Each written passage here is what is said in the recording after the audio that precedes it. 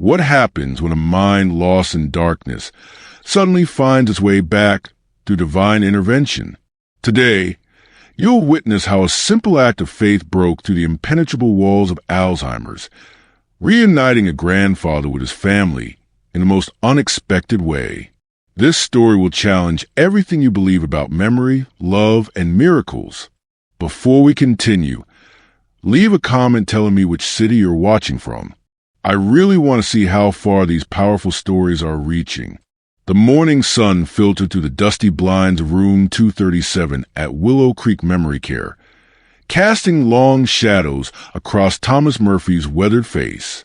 He sat in his usual chair by the window, staring at nothing in particular, his once sharp blue eyes now clouded with confusion. For 3 years, this had been his world, a prison of forgotten memories where familiar faces became strangers and love became fear. His granddaughter, Sarah, stood in the doorway, clutching a small wrapped package against her chest, her heart heavy with the weight of another visit where her beloved grandfather wouldn't know her name. Thomas had been everything to Sarah growing up. After her father died in Afghanistan when she was 7, Grandpa Tom became her rock, her protector, her best friend. He taught her to ride a bike in the church parking lot, helped her with homework at the kitchen table covered in his late wife's lace tablecloth, and never missed a single one of her soccer games. He was the one who held her when nightmares came, who taught her prayers in Latin from his worn prayer book, who showed her that faith could carry you through the darkest valleys. But now, as she approached his chair with tentative steps, she was nothing more than another stranger in his fractured world. "Hi, Grandpa," Sarah whispered, kneeling beside his chair. Thomas turned slowly, his movements mechanical, and looked through her as if she were made of glass. "Who are you?" he asked, the same question that shattered her heart every single visit. "What do you want?" His voice carried suspicion, sometimes even anger, and Sarah had learned not to push too hard, not to insist on their relationship. The doctors said it only agitated him more. Sarah's mother, Patricia, watched in the hallway, tears streaming down her face. She couldn't bear to enter anymore, couldn't handle her father-in-law looking at her with such emptiness. The man who had welcomed her into the family with open arms, who had walked her down the aisle when her own father couldn't, now flinched when she came near. The disease had stolen more than memories. It had stolen the very essence of who Thomas Murphy was. A devoted husband, a loving father, a doting grandfather, and a man whose faith had been unshakable. The package in Sarah's hands contained something she'd found while cleaning out her grandmother's attic. Margaret Murphy had passed away 5 years ago, 2 years before the Alzheimer's diagnosis, though looking back, the signs had already been there. Hidden in a dusty box of Christmas decorations was a small statue of the Virgin Mary, wrapped carefully in blue silk. A note in her grandmother's handwriting simply said, "For Thomas, when he needs to find his way home." Sarah had puzzled over those words for weeks before deciding to bring it to him.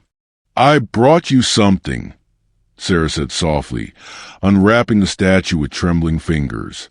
The moment the blue silk fell away, something shifted in Thomas's expression. His hand reached out, not with the usual tremor, but with purpose, and touched the statue's face with infinite gentleness. "Madonna," he whispered, using the Italian word his immigrant mother had taught him as a child. "La Madonna." Sarah watched in amazement as tears formed in her grandfather's eyes, real tears, not the vacant moisture that sometimes appeared without reason.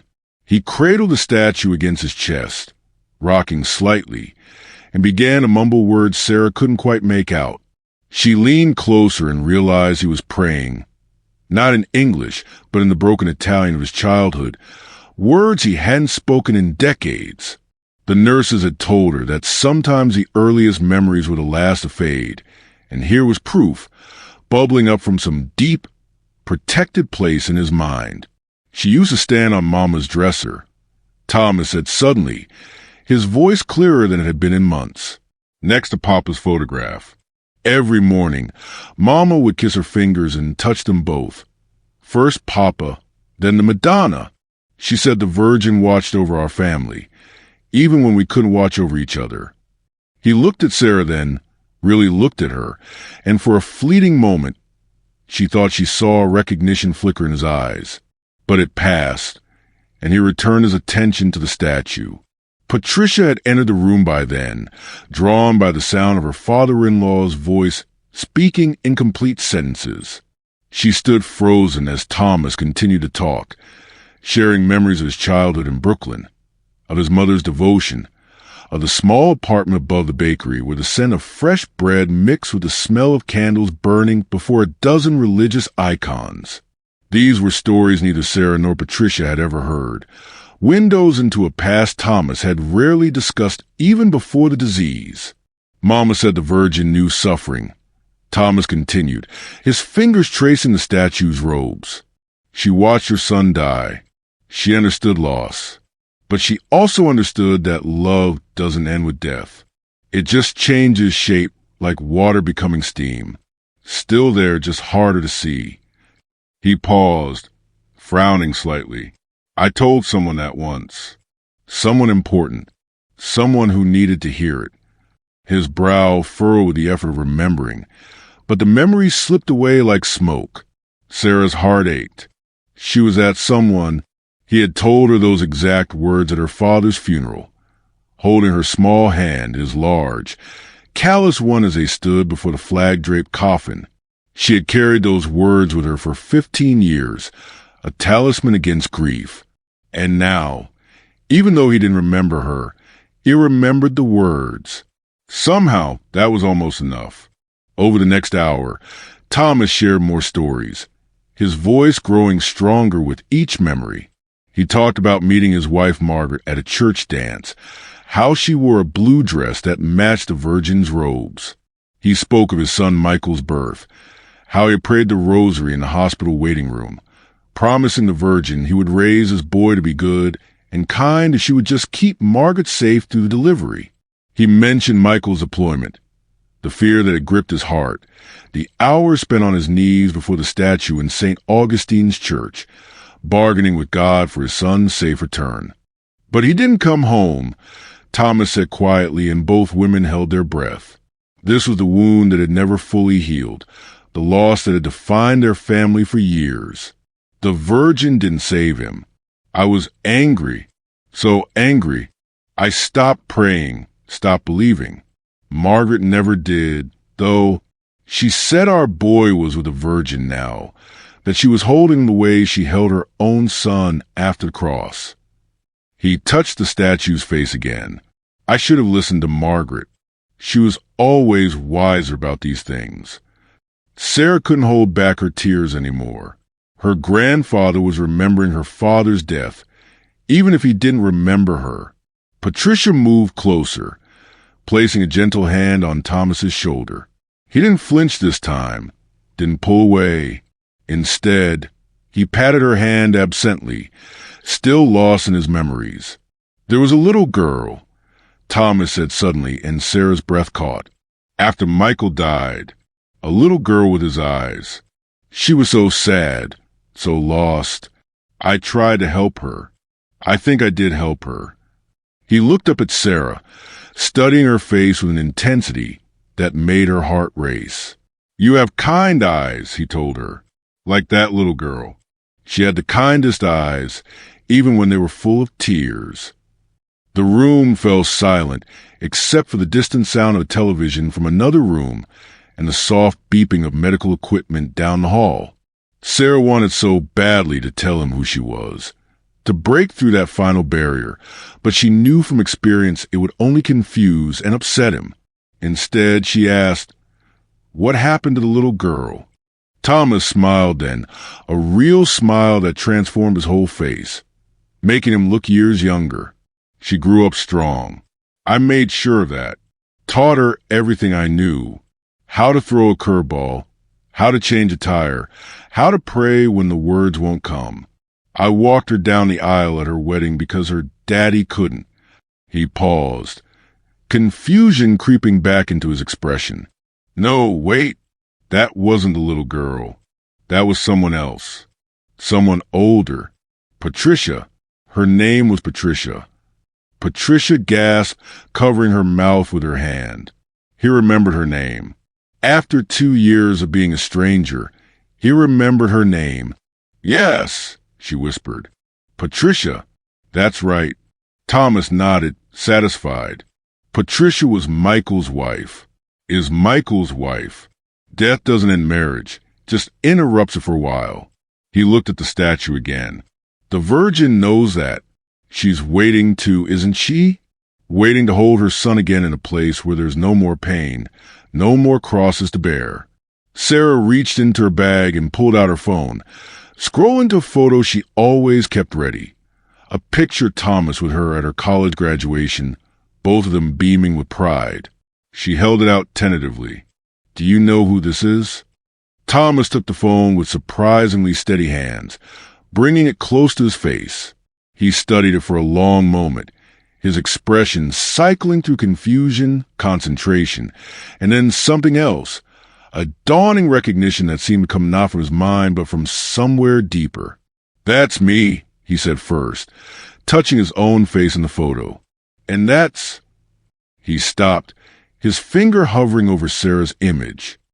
That's my Sarah, my granddaughter, my little warrior.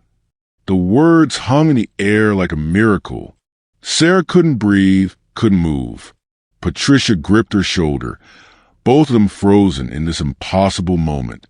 Thomas looked up from the phone, looked directly at Sarah, and his eyes, those clouded, confused eyes, suddenly clear like storm clouds parting to reveal the sun. Sarah? He said, and it wasn't a question but a recognition, a remembering, a coming home. Sarah, is that you? My God. Sarah, where have you been? I've been so confused, so lost. But you're here. You're here. He reached out with shaking hands, and Sarah fell into his arms, sobbing against his shoulder as he held her with all the strength left in his frail body. I'm here, Grandpa, she whispered. I've always been here. Every week I've been here. I know, he said, and she pulled back in surprise. I mean, I didn't know, but somehow I knew. There was always someone here, someone who felt like home, even when I couldn't remember what home was. That was you, wasn't it? Coming even when I couldn't see you, couldn't know you. Just like the Virgin, always present even when we can't feel her presence. Patricia joined their embrace, and for several precious minutes, they were a family again, not broken by disease and death, but whole in their love for each other. Thomas remembered everything in those moments. Sarah's first day of school, teaching her to drive, her high school graduation, the day she got accepted to medical school. He remembered Patricia's strength after Michael's death, how she had held their family together when he wanted to fall apart. He remembered Margaret, his beloved Margaret, and how she would have loved to see this moment. The clarity lasted for nearly an hour. They talked and laughed and cried, sharing memories and creating new ones. Thomas held the statue the entire time, as if it were an anchor keeping him tethered to the present. He told Sarah about the day she was born, how he had held her in the hospital and promised her father's memory that he would always protect her. He told Patricia how proud Michael would be of the woman she had become, the mother she was to Sarah. He spoke with the wisdom and love that had defined him before the disease, and for that brief, shining time, Alzheimer's had no power over him. But as the sun began to set, casting the room in golden light, they could see the confusion creeping back into his eyes. The tremor returned to his hands. He looked at the statue with puzzlement, then at the women beside him with growing uncertainty. Sarah saw the exact moment. He slipped away again, like watching someone disappear into fog. But this time, there was no heartbreak, only gratitude for the gift they had been given. Who are you? Thomas asked again, but his tone was gentler, less suspicious. You seem familiar. Have we met before? Sarah smiled through her tears. We have, Grandpa. We've met before, and we'll meet again. She placed the statue carefully on his bedside table, positioning it where he could see it from his chair. Thomas reached out and touched it gently, a small smile playing on his lips. "The Madonna," he said softly. "She reminds me of something. Someone. Something important." As Sarah and Patricia prepared to leave, promising confused nurses they would explain everything later, Thomas called out. "Wait," he said. "The kind lady with the sad eyes. Don't go yet." He was looking at Sarah. "Will you come back?" "Every week," Sarah promised. "Every single week." And she did. The miracle of complete recognition never repeated itself, but something had changed. Thomas was calmer, less agitated. Sometimes he would look at Sarah and call her the angel girl, or Michael's daughter, not quite remembering but not quite forgetting either.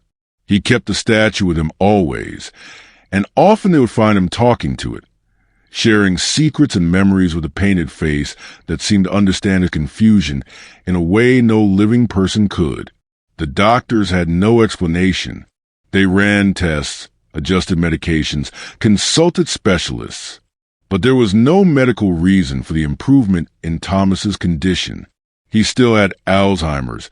The disease was still progressing, but something indefinable had shifted. He smiled more. He was less combative with the staff.